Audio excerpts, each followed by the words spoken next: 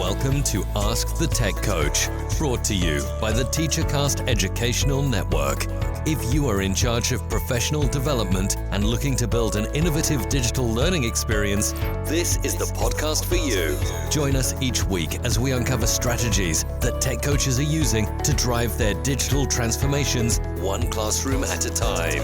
And now for your host, with over 2 decades of experience working with tech coaches and ed tech companies from all around the world, Jeff Bradbury.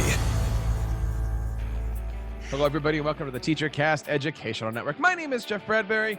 Thank you so much for joining us today and making TeacherCast your home for professional development. This is Ask the Tech Coach podcast, episode number 83. Today, we're going to be talking about 4 of the biggest dangers that tech coaches face when working with students in the classroom. I want to bring on my co-host, Susan Vincent. Susan, how are you today? Hello, enjoying some sunshine finally here in Kentucky. We're very excited. I believe it too. As we are sitting here recording, it is almost 60 degrees in North Jersey. I am having such a good time. What is going on with your coaching program? Lots of stuff. It's that time of year. It seems like February and going into March is one of those, we call every time the busiest time of year, but it's definitely a busy time of year. Conference season and just that time of year where the teachers are buckling down, no testing is going on, so we're really covering content, so just busy. What about you? I completely agree. And, you know, where I am, our broadcasting students are starting to do live morning announcements. We're excited about that. That's going to be happening tomorrow, actually, Tuesday, as you guys are listening to this. I'm looking forward to it, and my other broadcasting classes are starting lessons using WeVideo and Soundtrap. My tech education kids are well into doing their digital portfolios, and that kind of got me thinking about all the times that we as tech coaches get to working with the students. You see, a lot of times our teachers want to do something different in our classrooms, and they reach out to our tech coaches and say, what do you have? Can you help me? And it's so easy for tech coaches to say, would you like me to come in and work with your student? But while that might be exactly what tech coaches want, that might not always be the best thing. Have you had opportunities where working with students might not have given you the results that you were looking for? Yeah, it's a hard line to follow, and you know, we're going to discuss some of those things. We've got 4 or 5 things that we're going to go over, just, you know, as you go into those classrooms, some things to think about. You know, we go in with the best of intentions, but sometimes it goes awesome and sometimes it falls apart, and that's what we as tech coaches have to roll with. You know, you're right about that. We always have the best intentions, but sometimes things fall apart. And who do you go to if you have any help or if you have any questions that you're needing help with? That is why I am really excited to announce that this Thursday night is our next Tech Coach Mastermind meeting. We do these meetings every single month. We got a great group of tech coaches that are come out and they share best tips, best practices, what they're doing. And this month it is actually Bring a Tech Coach with You month. So if you're interested in coming out, you can head on over to teachercast.net/mastermind. You can certainly check it out. Even if you're sitting here going, I'm interested, but I'm not quite ready to make that commitment, email us over at feedback@teachercast.net. We'd love to have you for this month's meeting. Essentially, for this week's meeting, it's going to be show us what you can do. In other words, is there an application that you like that you're really interested in? Is there a tip or a trick on something that you like to show off? Sometimes some people refer to this as like a demo slam, but it's a great opportunity for our tech coaches to get together and showcase and show off. Susan, I'm looking forward to this Thursday where we're going to have a whole bunch of tech coaches coming together to share what they're looking at. For more information, you can head on over to teachercast.net/mastermind. That's teachercast.net/mastermind. Check it out today. We've got some great plans, 6-month and 12 months available. Invest in your professional development today with TeacherCast. Check us out over on teachercast.net/mastermind. And of course, Susan, as we're looking at professional development, one of the best ways for our teachers to get professional development is by working with our tech coaches. But sometimes the question of can you help me sounds like can you help me? And sometimes it sounds like something different, right? Sometimes it sounds like, can you do it for me? Talk us through this, right? Because there's a lot of new tech coaches that listen to this program. There's a lot of tech coaches that have been here for a while. And it's hard because we want to get into the classrooms. We want to work with our students. And sometimes that can you help me turns into, oh, she can do it for me. then what happens? Very much. And I've been working on just this topic on our online course we're working on that we told you about in last week's episode. So just this topic has been on my mind lately. So, it's so important that we, as tech coaches, think about that I do, we do, you do approach.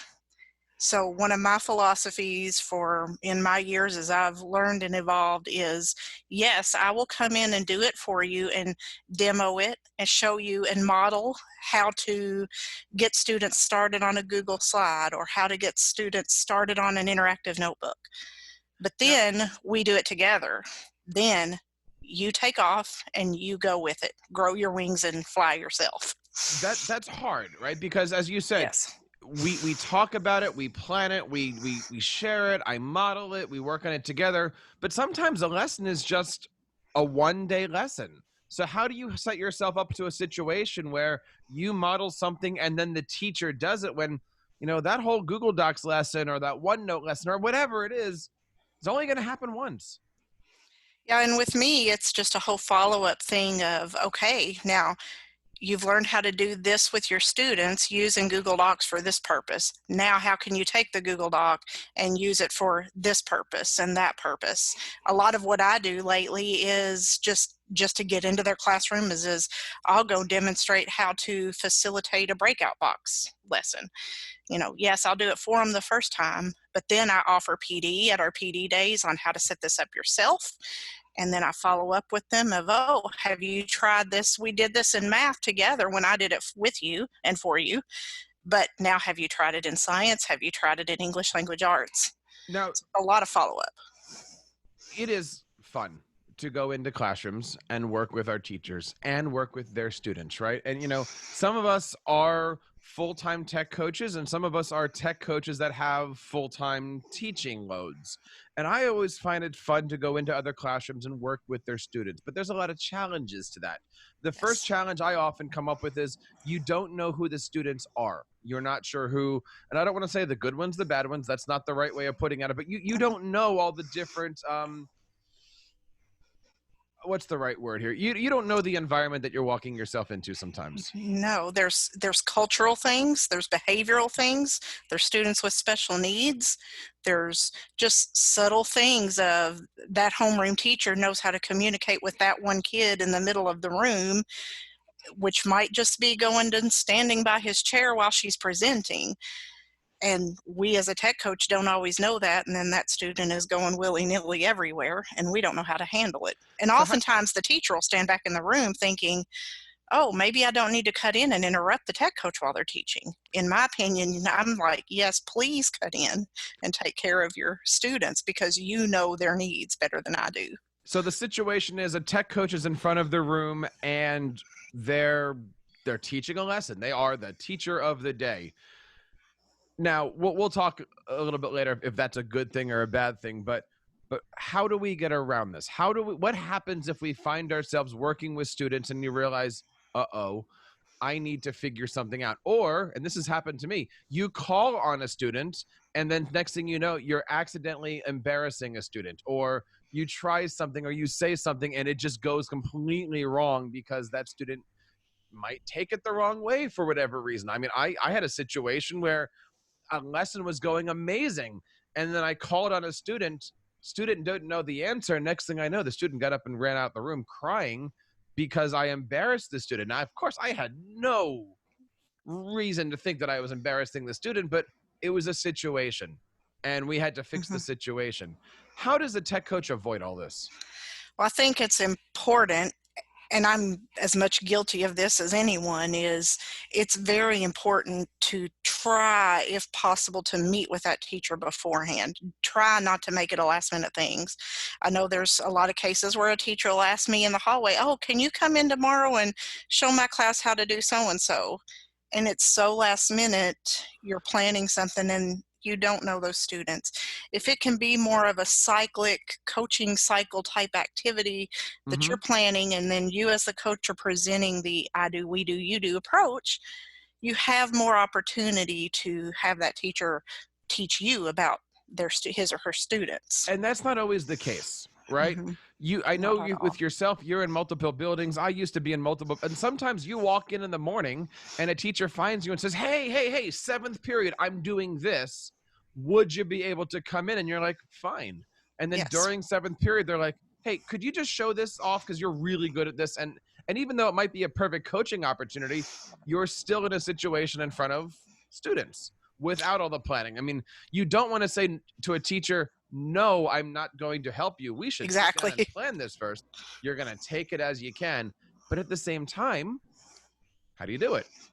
And that's where experience comes into play, just like any teacher, as a tech coach, that experience and just learning how to roll with those situations. Like, when you have that kid run out of the room or, talk back at you for using whatever term you may use that isn't the right term that they think you should have used.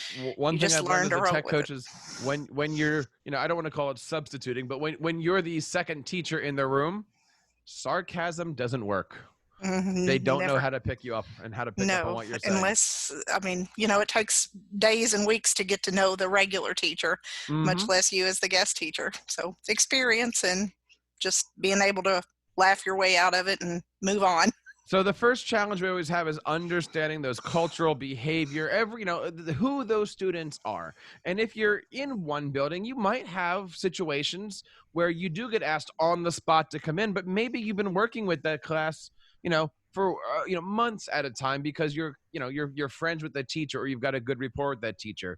But another challenge that I often face, and this is more aligned with like the one-to-one classrooms, is understanding the tech limitations, right? Have you had that situation where you're trying to do a tech lesson and you don't realize that half the keys on their Chromebooks are broken, or you don't realize that something in that school, a website in that school is blocked, or maybe you're trying to do a lesson exactly the same way you did in room 5, and now that you're in room 7, well, their smartboard doesn't work or doesn't work the right way, or so, you know, tech limitations is very, very important to know and keep in mind when working with students.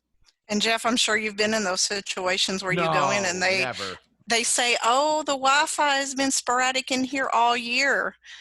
But they just think it's going to maybe magically work because the tech coach walks in the room to do a lesson and they haven't reported it to IT all year. Right. And we can just snap our fingers and make the pumpkin turn into a carriage. Very much. So, yes, it's one of those things where, again, it's ideal if you can meet beforehand and, ask, what are you seeing in your classroom hardware wise that's working and not working? That's where we might need to put on our little ed technician hat for just a few minutes and make sure things are prepared for you before you walk in there. Now, what is the magic sentence that we should say? Do we say to the teacher, "Hey, I'll mention this to the tech department"? Do we say, "Have you put in a tech ticket?" Or do you say, "Do you have a couple seconds? Let's do this together and we'll put in the tech ticket at the same time"? Or is there another option? I tend to be the one, and I work very closely with my IT department that says, have you put in a tech ticket? So that way they know and they can have it ready. And I'll even go as far as to mention, hey, Susan is coming into my room tomorrow for this and so lesson. Can you please have someone come look at this ASAP? So I think understanding the tech limitations about the hardware is something that we always need to be cautious about, and we want to make sure that we're respectful. Not, because you when somebody says to you, "My Wi-Fi is bad," you never want to spit out of your mouth, "Yeah, the tech department's horrible here, isn't it?" Like, Never. you are even though you might not be the representative of that department, you're kind of always the representative of that department, because you are another person on the ground for them, even though you might not report to the IT person. But Susan, when we're looking at, understanding the limitations of tech, this kind of goes into our third thing here. Your job is to help not only the students, but help the teachers. You don't want to go in there and create an amazing lesson for the students that there is no way that the teacher could ever pick up and do. You don't want to be, going on a level 8, 9, or 10 lesson when you're sitting in a room with teachers, or sorry, with a teacher that's only on level 2 or 3.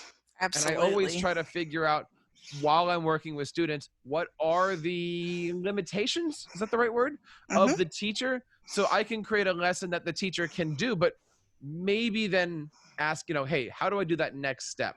If you intimidate the teacher while you're in front of the kids, either A, they're never going to ask you back, or B, they're just intimidated completely. And those are the type of teachers that say, I don't want my kids knowing more than I do.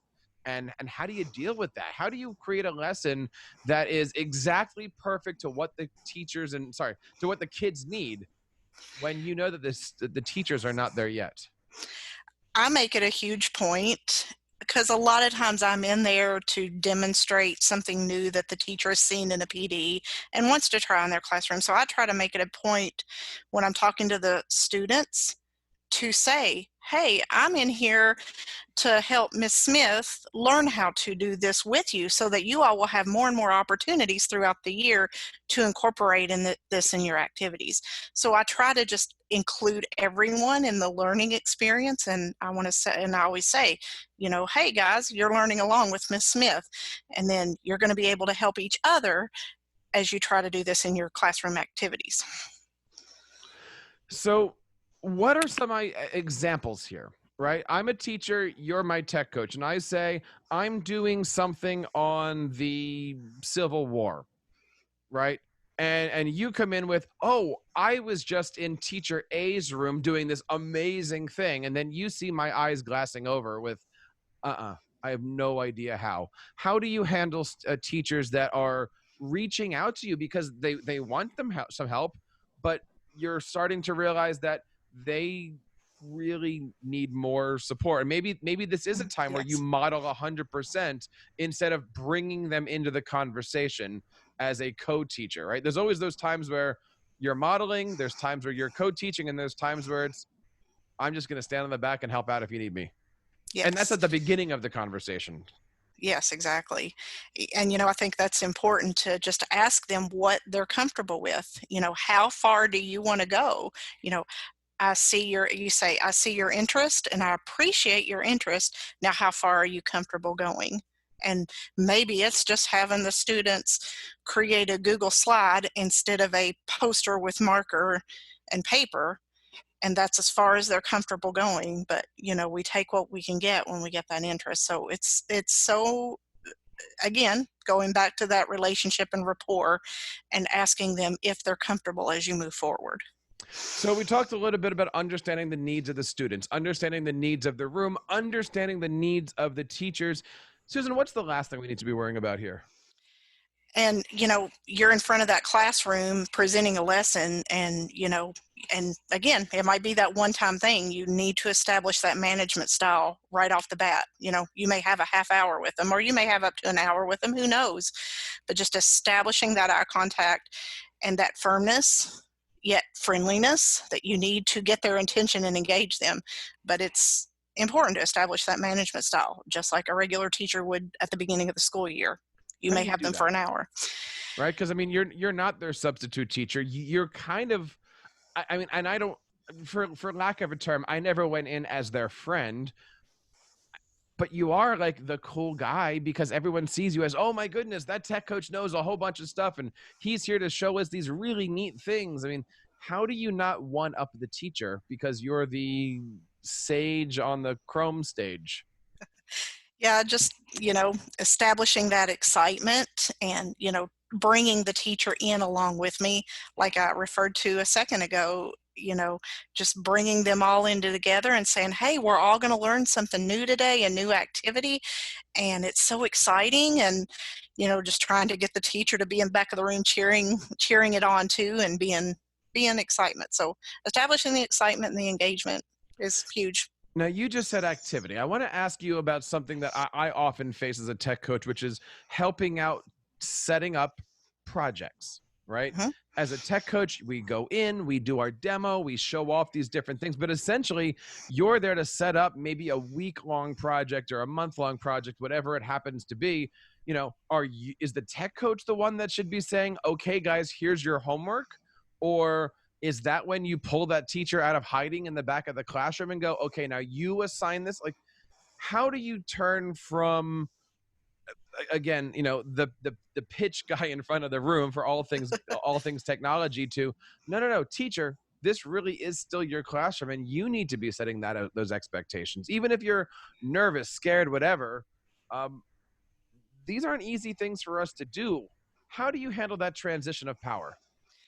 Well, again, just continue to make it a partnership as much as possible. Continuing to gauge what they're comfortable with. But I do want to bring them in and say, okay, now guys, we've learned how to do this. We've learned how to be interactive on this Google slide. We've learned how to set up a Google site. Now Ms. Smith is going to come back up here and she's going to go over what the expectations are for this project. And then if you all have questions as you move forward, I'll be here around the building if you need me. And Ms. Smith will be able to direct you if you need my assistance in the future. So just continuing to make it a partnership as we continue to go along. You know, Susan, we've talked about 4 challenges that we face, and I'm going to throw in a 5th one here because this is something that, you know, I think all students have. I know in my tech coach drives, I have examples of student work. That could be students that I've worked with or teachers that I've worked with that happen to have it. What do you do with these different examples? Do you make a copy of it, strip the kid's name, and then use it? Or do you just use it with the kid's name? Or, you know, because you don't want to be sitting there showing off a great project and it's of everybody's best friend who happens to be in the other 4th grade classroom. That could be good, that could be embarrassing, or, you know, that's always something I struggle with, right? Like, you've got these great examples. You're working with these teachers to get great examples, so that way that you can then go to other Yes. teachers and say, here's an example. But, you know, in a small school, everybody kind of knows everybody, and especially in your first year, a lot of the kids know each other's projects. Right. What's your suggestion for doing examples and for, you know, you know where I'm going with this? Yeah, it's, you know, and it's just a use your own judgment thing in a lot of cases. You know, the way we share, I mean, we'll hang things out in the hallway, obviously, if it's that type of work. But if it's digital work, I'll feature it on just our private Facebook group that I have established for my teachers. And that way all 4 of our campuses see it, and I don't necessarily use names then. And then I'll tell the teacher, if it's somebody from another campus, hey, you're welcome to pull this, take a screenshot of it, and show it to your students. And then, you know, the students don't know it because it's a kid from another building. And then just inside the building, you know, it's a small school in a lot of cases, small classes, they're going to know each other. But, you know, you just approach it in a positive manner and giving them praise, and then find something to praise the other student for later. I think that's great advice here. And we would certainly love to hear what your challenges are. Are you somebody out there who is working with students on a regular basis as a tech coach? If so, we want to hear how you guys handle things, how you set up your coachings, how do you work with your teachers? How do you motivate your teachers to jump up with you in the middle of that room? I mean, one of the things we didn't talk about yet, Susan, because we can do an entire podcast around this, but the whole concept of coaching versus co-teaching. I think that actually might be a good example for a couple of shows from now when we're putting that together. But really, the difference between coaching somebody and co-teaching with somebody, there's a fine line, and there's ways to do it and ways to not do it, and there's reasons to do it and reasons not to do it. But let's just kind of sum that up in 30 seconds here. Do you prefer to be a coach or a co-teacher, and is there time when both are acceptable answers? Oh, I think there's very absolutely time when both are acceptable. I guess in my experience, when I'm in that classroom, I tend to take the co-teacher approach in a lot of ways because, as I was saying, I try to continue to bring the teacher into it as much as they're comfortable. And then I guess I consider more my coaching is when I'm meeting with them outside that classroom environment, you know, in a small group or in a one-to-one face-to-face meeting to either plan or to follow up later. So we would love to hear what you guys think on this topic. As with all of our topics, you can head on over to askthetechcoach.com. Check out all of our blog posts, our professional development, our soon-to-be online course, and a lot of other great things over on askthetechcoach.com. If you are free this Thursday and would like to join us for our next mastermind meeting, even if you're interested in seeing what it's all about, you can go over to teachercast.net/mastermind. Let us know what you want to do, and we would love to have you as part of our group for the remainder of our school year. And of course, there's other great podcasts you can find over here on TeacherCast. Every single Wednesday, we offer our Jeff Bradbury Show, an amazing new podcast that's designed to help you with marketing, branding, And a lot of the topics, honestly, that we talk about here on our Ask the Tech Coach, just on a global scale. If you're looking to take your consulting gigs to the next level, check out the Jeff Bradbury Show exclusively on teachercast.net. And I want to say so much to you, Susan. Thank you so much for being here and being our new regular co-host. Tell us one more time where we can hear more information about the great things that you're doing. Well, it's a pleasure to be part of this, and you can find me on Twitter at SV314DWS and on my blog at techimaginations.net. I would highly check that out. She is a great resource and has a lot of stuff to offer over there. So this has been episode number 83 of Ask the Tech Coach. Thank you so much for making TeacherCast your home for professional development. And on behalf of Susan and everybody here on TeacherCast, my name is Jeff Bradbury, reminding you to keep up the great work in your classrooms and continue sharing your passions with your students. You've been listening to Ask the Tech Coach, hosted by Jeff Bradbury of the TeacherCast Educational Network. Please reach out to the show with all of your questions on Twitter at AskTheTechCoach or online at www.askthetechcoach.com. Be sure to subscribe to our podcast so you don't miss any future episodes. And please take a moment to write a review in the App Store.